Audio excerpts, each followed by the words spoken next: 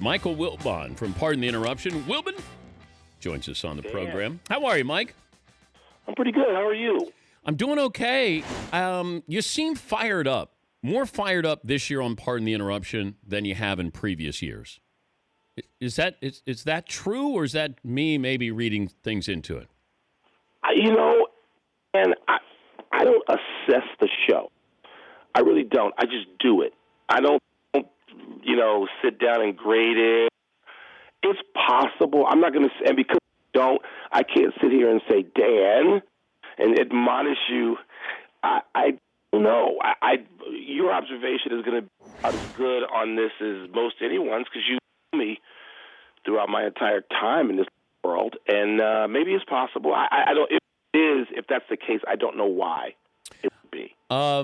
I think there's a couple of hits in your phone. Hold on for a second. We're going to make sure we got a better connection there with Michael Wilbon. But yeah, when I watch, it's almost like Kornheiser kind of pokes Wilbon just a little bit because he seems to be more animated about certain topics there, and he's been getting a little bit more fired up. That's recently. A show you don't think you could ever retire from. Those two guys together? Well, they get along, and after a while, they just make it easy. They make it comfortable. And, they've been doing that a long time. But over 15 years? I remember when Kornheiser was at SportsCenter, and he was walking in, and he told me they were going to do this show. And he goes, what do you think of that? And I go, I have no idea. And he goes, yeah, I think it's crazy, too. And I don't know how many years later, but how many years you been doing, pardon the interruption? How many, Dan, say it again? How many years you been doing PTI? 14. Yeah. 14 years, October of 2001. The show started. I remember when Kornheiser, you guys hadn't even started. He's at ESPN. He's walking around with John Walsh, my boss. And he said, yeah, they want us to do this show where Wilbon and I just talk and argue. He goes, I think it's crazy. I don't think it'll work. Now, knowing Tony, he's already setting it up to fail. But then, he knows that if you guys do what you normally do, it'll be successful. But I remember that vividly where he's saying, this is crazy. Nobody's going to want to hear us old guys talk. Yeah, we both thought it was crazy. Remember, that's why we both stayed at the Washington Post as well. We both thought it was crazy. I said to Tony, look, if it's either terrible or it's good and nobody cares, we got 2 years of guaranteed money, and, that's the worst possible case scenario. They'll get rid of us. But if 2 years of guaranteed money, we'll play extra golf. And Tony says, that's the worst case scenario. I said, yeah. And he goes, no, that's the best case scenario. So, no, we both did. Nobody had really done it. There wasn't commentary, as you know, on the network back then. There was presentation, there was highlights, there was a lot of stuff, but not two people just sort of commenting, video columns sort of. So, 14 years, we had no idea. What do you make of First Take? It's more commentary, obviously, and it's very different from what we do because they will talk about something for like 11 minutes and we never go beyond 2.5. And people seem to have an appetite for whatever format you give them for. And I don't necessarily call it. I know the network builds it and markets it as debate, I guess. Our show is a relationship show as much as it is about debate. Tony and I probably agree as much. We agree more than we disagree. We just are loud getting there. And I don't get a chance to see, you know me well enough to know I am not a morning person. I don't get a chance to see First Take very often, but it is very different. People say, oh, why don't you go and do a show with Stephen A. or Skip sometime? We don't do the same thing. And but the network has discovered that people have an appetite for that sort of sparring, that sort of back and forth, whatever you call it. But you don't stage anything with PTI, whereas First Take feels staged at time where, hey, I'll take that side, you take this side.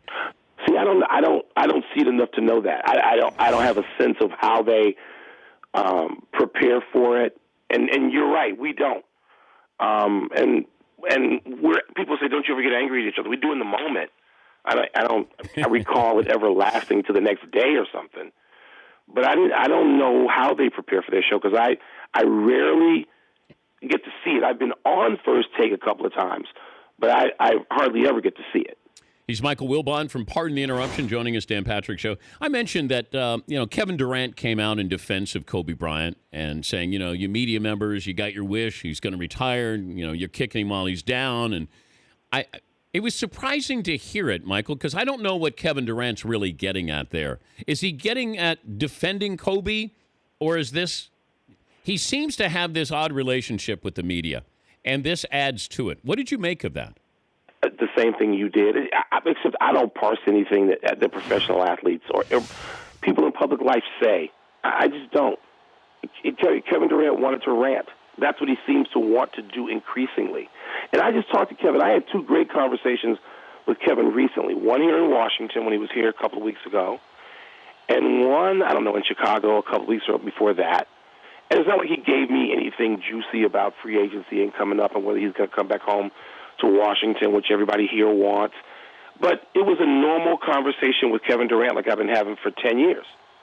But yet, increasingly, there are these things. If I was with him, I would say, Kevin, no one wants Kobe to retire. Nobody wants to not see Kobe Bryant play basketball if you've spent your life and your career watching him play basketball. What's your point? And if I had that conversation with him, I'd make him answer the question. And I think he'd probably say, I don't know. I was just ranting. But why that's all it was. It was a rant. I also liken Kobe to Tiger Woods, that people have an opinion one way or another. And I think a lot of their problems or disdain or dislike has to do with off the court, not on the court or on the course between these two. Can you see any parallels between these two? Well, I think they were polarizing figures for the exact reason you just said, Dan. But I think it's been a while for Kobe. I mean, what was it, 2003? Or was it 2006? Was it 2006?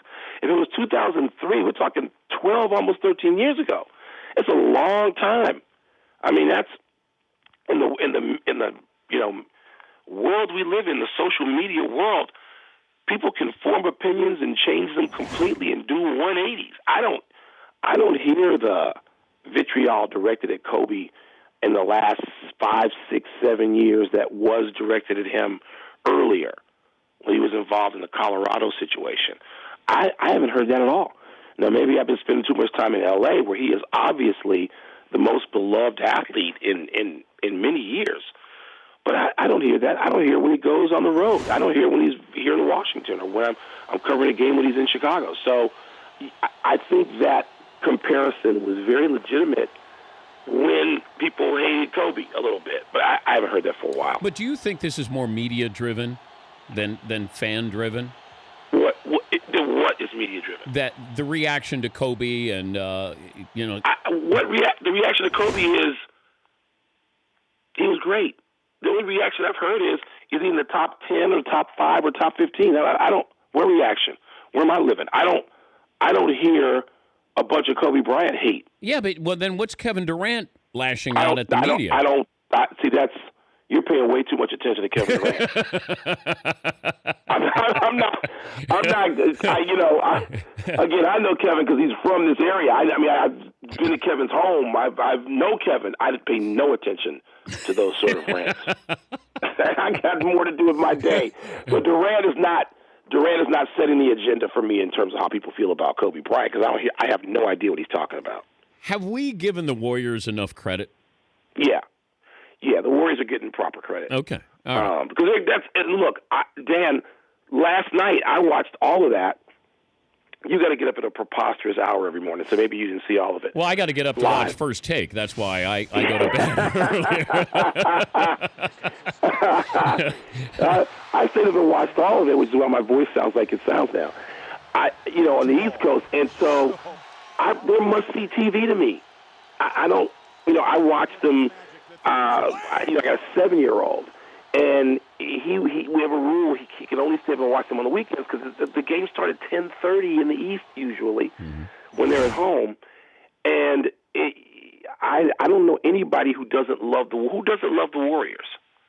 I mean, you can debate whether or not you think they'll win, and if you ask me today, winner in the NBA, pick a winner in the West, I think I'm going to tell you San Antonio. I think I'm going to tell you that. And I'm not sitting up here hating on the Warriors. I'm not trying to find fault with anything they do. I love what they do. And as a matter of fact, I want to compare you and I and Mark Jackson sat on the court in Phoenix in 2000, whatever it was, years ago, when that Steve Nash 7 seconds or less offense was going. And this is basically the next generation of that, right? Yeah. I mean, this is the 2.0, as everybody wants to say, of that. Somebody said to me in the Bay Area last week, I was doing a show, and they said, well, isn't this the best thing of its kind ever? And I go, I don't know. It's the most successful of its kind because they won. Is it better than what Steve Nash and the Suns are doing? I don't know, because they had Amari Stoudemire, and so there was some balance to it, and there was some classic old-school basketball to it a little bit, if you can think of Amari Stoudemire in those terms.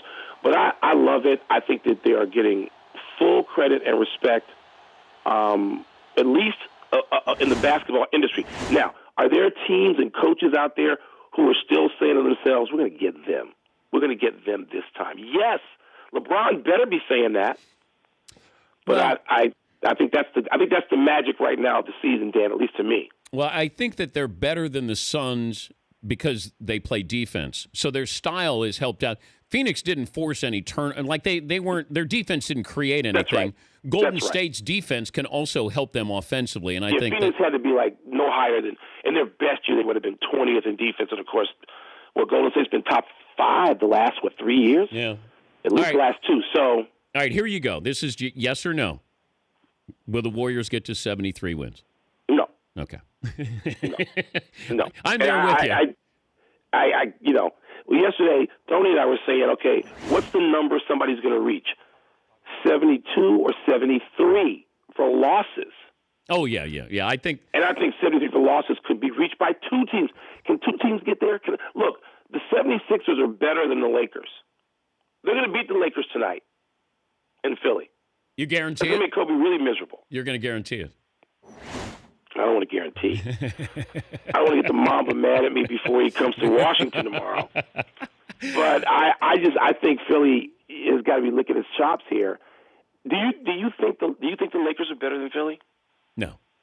No. Tell Tony when he wakes up that I said hello. God, he's been up for a day now. Thank you, Dan. All right, buddy. Good to talk to you, Mike. You too, man. All right, Michael Wilbon. Pardon the interruption.